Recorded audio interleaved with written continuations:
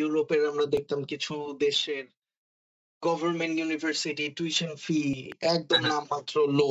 হ্যাঁ, হ্যাঁ, right, right, সেইখানে রাইট। এরকম করা যেতে পারে, এরকম করা যেতে পারে। So, হ্যাঁ, সেই জায়গা থেকে জিজ্ঞেস করছে, somebody has 500,000 Bangladeshi taka, ঠিক। wants to go abroad on a master's program, which might lead that person to settlement or something. Bangladesh থেকে কি এই মুহূর্তে পসিবল কোনো না কোনো একটা দেশে? পসিবল বলতে গেলে হাঙ্গেরিতে তাও একটা নির্দিষ্ট ইউনিভার্সিটি আছে, ওইটাতেই এই অফারটা ছিল। এটা কতদিন থাকে জানি না। টিউশন ফিজি ছিল হচ্ছে 2,000-2,500 ইউরোর মতো আর কি।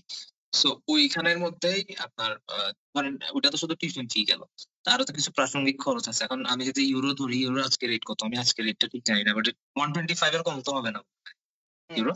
তো এমনও যদি হয় রাউন্ড অ্যাবাউট তো একটা গুড অ্যামাউন্ট টাকা চলে যাবে। সো হুম, ইম্পসিবল বলবো না, বাট তাকে তাকে মিনিমাম এয়ারফেয়ার সহ যদি সবকিছু মিলে হিসাব করি এটা একটু বাড়াতে হবে। মিনিমাম 7 লাখ ধরেন এরকম একটা অ্যামাউন্ট রাখতে হবে।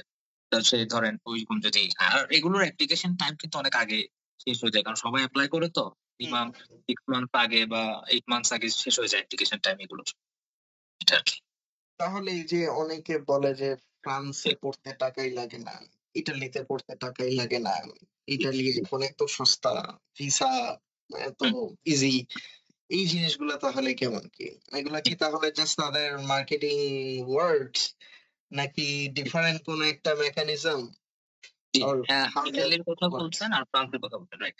ফ্রান্স বাংলাদেশকে নিয়ে নতুন ভাবে চিন্তা করতেছে। তাদের আলিয়াস প্রসেস থেকে শুরু করে অন্যান্য আর কয়েকজনের সাথে আমার লিঙ্কডইনে অ্যাড আছে। আমি তাদের একটি ভিডিও দেখেছি, কয়েকজনের সাথে ইনিশিয়াল স্টেজেও কথা হয়েছে। তারা ওই ক্যাম্পাস ফ্রান্স যেটা বাংলাদেশে ওগুলো থ্রুতেই মোটামুটি ইয়া করে, এবং তারা বেসিক্যালি কিন্তু এজেন্ট বা আদার মিডিয়া দিয়ে কাজ করে না, হ্যাঁ।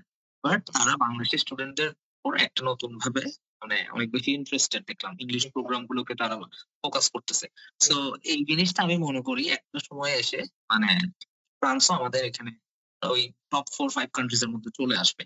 টিউশন ফিজ এর যে কথাটা বলতেছেন, ওই যে বললাম 2-3 হাজার ইউরো বা 1-2 হাজার ইউরো এর মধ্যে তাদের ইউনিভার্সিটি কিছু আছে। ইটালিতেও আছে, বাট ইটালির ওয়েটিং টাইমটা একটু বেশি ব্যয়। ইটালির ওয়েটিং টাইমটা যদি আমরা কমাতে পারি, Italy is a good option আর কি।